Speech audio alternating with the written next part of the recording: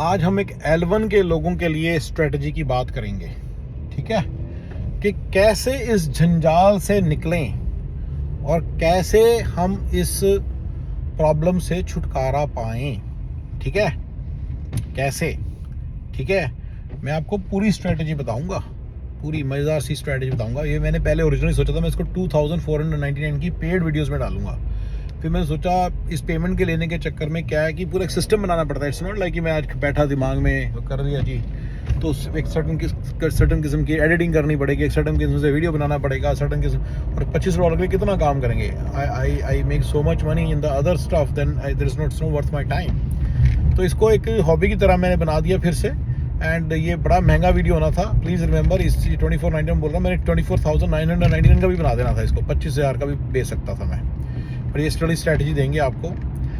ये CPT के लोगों के लिए भी स्ट्रैटेजी है, और ये CPT के लिए भी है, और ये L1 वाले बंदों के लिए भी। देखिए, L1 वाले बंदे, अगर तो आप L1 पे हो, L1A पे हो, तो चुपचाप अपना ये स्लेवरी का टाइम निकाल दो और अपने एम्प्लॉयर को प्यार से बोलो मेरा ग्रीन कार्ड फाइल कर दो। जब वो ग्रीन कार्ड फाइल कर देगा, 3-4 साल में ग्रीन कार्ड आ रहा है, so you are in a good zone. अगर वो नहीं फाइल कर रहा, you are in a bad zone. अगर आप L1B में हो तो EB1 में फाइल नहीं होगा, EB2 या EB3 में होगा, उसका कोई फायदा नहीं है। 15 साल लग रहे हैं, राइट? आप हो एक स्लेव वीज़ा पे, L1 पे। अब आपको जो बातें बताऊंगा वो आपका दिल हिलाने वाली हैं बातें, जो पूरी स्ट्रेटजी आपका दिल हिलाने वाली है, लेकिन जरा सीना थाम के बैठना। और जो मैं कह रहा हूँ अगर आप वैसे करोगे तो एक खुशहाल ज़िंदगी, मज़ेदार ज़िंदगी, पैसे वाली ज़िंदगी, बहुत सारे पैसे वाली ज़िंदगी, बहुत ही सारे पैसे वाली ज़िंदगी जियोगे। ठीक है, तो इसके अलग अलग कंपोनेंट्स हैं। कुछ some components are geared towards making only, some components are geared towards managing your visa issues. ठीक है, एक एक करके स्टार्ट करते हैं। L1 के बंदे को लिए क्या करना है, उसको Day 1 CPT वाली यूनिवर्सिटीज होती हैं, वहां पे अप्लाई करना है और वहां पे एडमिशन ले लेना है स्टूडेंट वीजा पे, मास्टर्स की क्लास में। ठीक है, मास्टर्स MS के लिए एडमिशन ले लेना है। ठीक है, और उसने CPT अप्लाई कर देनी है। ठीक है, जैसे ही आप F1 पे जाओगे, आपका L1 वो हो जाएगा, रिवोक हो जाएगा। अपने एम्प्लॉयर को बता देना कि CPT मेरी आने वाली है, 5-1 दिन में आ जाती है, आपने CPT अवेल कर लेनी है 5-10 दिन के अंदर अंदर, और वापस आप उसी जगह काम करते रहो। Now you are on CPT on a free visa. आप फ्री वर्ल्ड के फ्री किरदार हो। आप L1 पे नहीं हो, स्लेव वीज़ा पे नहीं हो, आप किसी की आपको सुनने की जरूरत नहीं है। You are living in this country as a free person, आपको किसी की सुनने की जरूरत नहीं है। अब आप अपने बलबूते, आपको किसी की स्पॉन्सरशिप वगैरह सब खत्म हो गया। प्लीज़ रिमेंबर, इसके अंदर मेन चीज़ है, अगर आपका ग्रीन कार्ड फाइल नहीं हो रहा, अगर ग्रीन कार्ड फाइल हो रहा है तो टेंशन ना लो। आप दूसरा कंपोनेंट है, आप किसी कंपनी के साथ टाइप करो, उनको अपनी कंपनी को बोलो कि भाई तुम जो पैसे दे रहे हो, इसका 20% कॉस्ट टू कंपनी पड़ता है, मुझे 150 की दे रहे हो, आपको कॉस्ट टू कंपनी पड़ता है 20-30%। मैं आपको क्या कहो कि मेरी कंपनी के साथ आप कॉन्ट्रैक्ट साइन कर लो। आप CPT खुद उस कंपनी के ऊपर साथ भी काम कर सकते हो, डायरेक्ट अपनी जो आपकी कंपनी, लेट्स से आपकी कंपनी ABC है, आपने दूसरा कह सकते हो ABC को, ये कह सकते हो DEF के साथ कॉन्ट्रैक्ट साइन कर ले।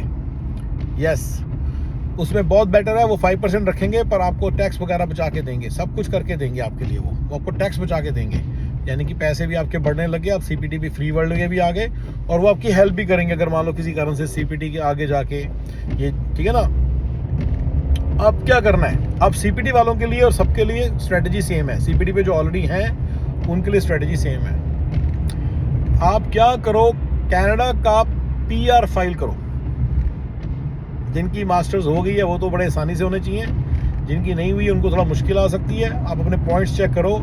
अगर आप मास्टर्स करनी कैसे है, जो बंदा वो CPT वाला है उसको बता रहे हैं, मास्टर्स करते समय वही ट्रिकनिक्स यूज़ करो। CPT वाले वो अपने सारा कोर्स वर्क उसमें हेल्प लेते हैं। There are lot of people available to help you out. Make sure you take all the help. 1% भी ना सोचना $100 बच जाएंगे, $200 बच जाएंगे, बेवकूफ़ों वाली बातें जो है ना, $100-200 से अपनी ज़िंदगी मत खराब कर लेना।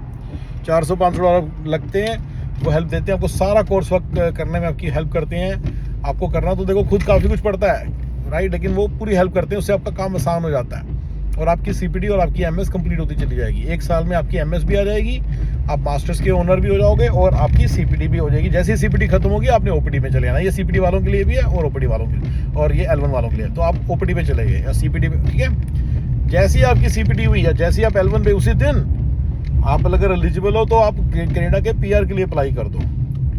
कनाडा के पीआर के लिए अप्लाई करना, अगर आप एलिजिबल नहीं हो तो मैं आपको सबसे इजी तरीका बता रहा हूँ, फ्री में बता रहा हूँ। नहीं तो ये मेरा $50,000 का वीडियो होना था, मैंने 50,000 में बेचने की सोची थी, ठीक है ना। ये मैंने सोचा चलो यार उसको फिर प्रॉपर एडिट करना पड़ेगा, $50,000 के लिए मैं कितना कर लूँगा राइट। अब जो ये मैं सीपीटी वालों के लिए स्ट्रैटेजी बता रहा हूँ ना, ये मैंने 50,000 का बनाना था L1 वालों के लिए थी कि सीपीटी पे चले जाओ, ठीक है। तो अब मैं जो सारी स्ट्रैटेजी बता रहा हूँ ताकि आपको मज़ा आ जाए बात करने का, आपको सारी बात सुनने का मज़ा आ जाए। आप इन्वेस्टर वीज़ा सिर्फ $50,000 में कैनेडियन डॉलर को इन्वेस्ट करके आपको इन्वेस्टर वीज़ा मिलता है कनाडा का, वो ले लो। उससे आपका कनाडा का इन्वेस्टर वीज़ा के बेसिस पे आपका पीआर ऐसे आ जाएगा। 2, 3, 4, 5, 6 महीने लगेंगे। ये साइड पे एक साइड थ्रेड खोल दो और जैसे ही आओ ना L1 पे, इमीडिएटली कनाडा का, जैसे ही आपका कनाडा का पीआर आया, आप एक बहुत डेवलप्ड कंट्री के एक डेवलप्ड सिटीजन हो। आप किसी गिरे पड़े कंट्री के गिरे पड़े लोगों के बीच में आपकी गिनती नहीं होगी। आप ऑलरेडी एक बहुत बड़ी डिग्री आपके हाथ में आ गई है। ये सबसे बड़ी डिग्री है। आपको अगर मैं पढ़ा लिखा हूँ इस कंट्री में, आपके जो पूरे क्लास में जो फेल हुआ था ना, जो 10वीं में फेल हुआ था, 9वीं में फेल हुआ था, सबसे गंदी जगह जिसने जाके +2 पास करके जो वहाँ पे गिरा, तो उसने कुछ गिरी पड़ी यूनिवर्सिटी से कोई गिरी पड़ी डिग्री कर ली थी ना, उसके बराबर हो आप इस कंट्री में। तो आप जब उसके साथ लाइन में लगे होते हो तो वो कोई आपको पूछता नहीं है। इंडिया में जो बंदे ने घिस के मान लो +2 या ग्रेजुएशन किया ना, उसके साथ लाइन में लग जाते हो, पूरे दुनिया के सब बंदों के साथ मिलजुल के। सारा हिंदुस्तान आपका जो पूरा BA BCom BSc सब भरे हुए हैं, और डोनेशन कॉलेज वाले भरे हुए हैं, सबके साथ लाइन में लगे होते हैं ना, तो आपकी वैल्यू कम हो जाती है। उनके लिए सब बराबर हैं। तो आपने वो वैल्यू सबसे पहले अपने दिमाग लगाया, आपने कनाडा की पीआर ले लिया, now you are ahead of everybody.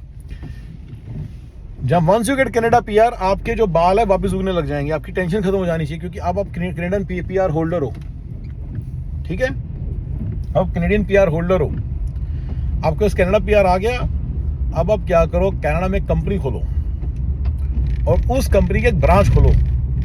ये आपको एक्चुअली कनाडा में जो कंपनी है पहले दिन खोल लेनी चाहिए थी, विच इज़ फाइन। अब थोड़ी देर लेट खोली। उस कैनेडियन कंपनी के थ्रू अपना पेरोल चलाओ, जो भी आपको पैसे आ रहे हैं उस कैनेडियन कंपनी के थ्रू पेरोल चलाओ। वो अगर आपको जानना है इसकी निटी-ग्रिटी, मेरे को मैसेज कर देना, मैं करवा दूंगा। अब 1 साल के बाद आप L1 के लिए एलिजिबल हो, अमेरिका के L1 के लिए एलिजिबल हो। L1A के लिए उस कंपनी की ब्रांच खोलनी पड़ेगी आपको USA में, और उस वीज़े पे आप आ जाओ L1A, और अपना ग्रीन कार्ड अपने हाथों से फाइल करो, अपने हिसाब से जो करना है करो। You are a free bird.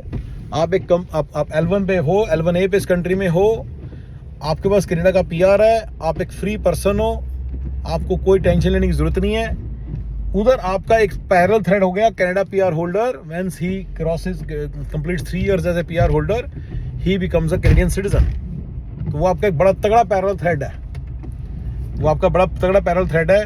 कुछ नहीं बना, L1A के ऊपर ग्रीन कार्ड आया नहीं आया, आपका TN वीज़ा तो आ जाएगा। ये मैंने कई बार आपको समझाया कि TN visa is 90% of green card. ये सुनने में वीज़ा लगता है, पर ये H1 वीज़ा ऐसा नहीं है। H1 वीज़ा एक स्लेव वीज़ा है, TN वीज़ा एक फ्री वीज़ा है, का बहुत ज़्यादा फ्रीडम है उसमें, और बड़े ईजिली हो जाता है, ठीक है। और वो ग्रीन कार्ड का 90% है, 90% ग्रीन कार्ड के साथ उसका कंपैरिजन है। वो ग्रीन कार्ड जैसी सी एक चीज़ है, H1 वीज़ा L1 जैसा सी है। ये दोनों स्लेव वीज़ा हैं, यानी कि आप पूरे सिस्टम में H1 L1 किसी चक्कर में नहीं फंसे हो, ठीक है। पूरे चक्कर में किसी चीज़ में नहीं फंसे हो। आप वापस कंट्री में आ गए हो L1 बेसिस पे। कनाडा सिर्फ अपना पीआर पिक करने जाओ भाई, इन्वेस्टर वीज़ा बेसिस पे अपने पीआर लिया ना, पीआर पिक करके वापस आ जाओ। कंपनी के अंदर आप CPT OPT पे काम कर रहे हो, करते रहो, और L1 का काम स्टार्ट कर दो। L1 का काम साइड पे स्टार्ट कर दो। जैसे ही आपका L1A का काम हुआ कंप्लीट, आप इस कंपनी में आ गए हो। उस कंपनी के थ्रू, अपनी अमेरिकन कंपनी के थ्रू, याद है अपनी कैनेडियन कंपनी की ब्रांच खोली थी, उसके थ्रू आप जहाँ मर्जी कॉन्ट्रैक्ट साइन करो, कोई टेंशन ही नहीं है, क्योंकि आप कनाडा के पीआर होल्डर हो ना, तो आप यू कैन डू दैट। अगर आपको पीआर नहीं है फिर आप कैसे करोगे सारा? तो you can do so many things now because you are a Canadian PR holder, and 3 साल में आप कैनेडियन सिटीजन बन जाओगे, तो आपको तो ये L1 की भी जरूरत नहीं है, बट इस L1A के बेसिस पे आप ग्रीन कार्ड फाइल कर सकते हो। ये फायदा है, ठीक है। And you are a free bird, आप थ्रू आउट फ्री रहे हो, और आपका ग्रीन कार्ड आ रहा है अपने पेस पे, जल्दी आ जाएगा। आप L1A पे हो, जल्दी आ जाएगा। अपने हिसाब से करो सारा कुछ, फ्रीडम के साथ करो, आपको किसी की तरफ देखने की जरूरत नहीं है, पूरी तरह फ्री हो। बढ़िया कंपनीज के साथ कॉन्ट्रैक्ट्स लो। मेरा W2 C2C वाला कॉन्ट्रैक्ट्स वाला वीडियो देखना, आपने हमेशा C2C कॉन्ट्रैक्ट्स लेने हैं, and you will be making a lot of money, ठीक है ना। ज़्यादा मनी बनाने के लिए जो अगर आपको जानना है ज़्यादा मनी कैसे बनाएं तो मेरे को बताइएगा, मैं आपको बताऊंगा कि कैसे ज़्यादा मनी बना सकते हो आप, बहुत ज़्यादा मनी। मैंने अभी मनी वाला नहीं बताया, मैंने सिर्फ एक्चुअली आपका वीज़ा ही प्रॉब्लम सॉल्व करी है, ठीक है। So this is the complete end to end strategy for L1 people and F1 people, ठीक है। जो बंदे इसमें बता दूं क्या करेंगे, जो बंदे इनको लगता है मास्टर्स की बड़ी तगड़ी डिग्री है तो मेरा MS इज यूजलेस डिग्री वाला वीडियो जरूर देख लेना। बहुत बेकार डिग्री है, देश ने सिर्फ आपके पैसे खींचने के लिए बनाई है। इस देश ने, इस देश की नज़र आपके पैसों पे है, इनको कुछ नहीं लेना देना आपकी एजुकेशन से, ना ही कोई एजुकेशन देते हैं ये लोग, बेवकूफ़ बनाते हैं आपका। आपको यहाँ पे आके जैसे अपार्टमेंट्स है ना, यहाँ के जो अपार्टमेंट्स हैं वो अपार्टमेंट्स में गर्म पानी मिलता है, राइट, सड़कें अच्छी बनी तो आपको लगता है मैं तो ये झुग्गी में नहीं रह रहा, लेकिन वो अपार्टमेंट इस कंट्री की सबसे लोवेस्ट चीज़ है और वो झुग्गी के बराबर ही है, वो इंडिया का स्लम एरिया के बराबर है। इसी तरह से जो MS डिग्री है उसकी कोई वैल्यू आपको देख के अच्छी थोड़ी लगती है, क्योंकि आपके लिए इंडिया में तो डिफरेंट तरीके से पढ़ाते हैं ना। प्रोजेक्टर नहीं लगा था क्लास में, आपको क्लास में प्रोजेक्टर लगा हुआ था, $250 आता है, राइट। मेरी काम वाली भी खरीद सकती है कभी भी, सो कोई भी खरीद सकता है। सो वो आप $250 का प्रोजेक्टर देख के आपको लगता है कि मैं तो जी बहुत बड़ी जगह आ गया, पता नहीं कितना एक्सपीरियंस है मेरे लिए MS। तो वो MS कुछ नहीं होता, वो बेवकूफ़ी होती है।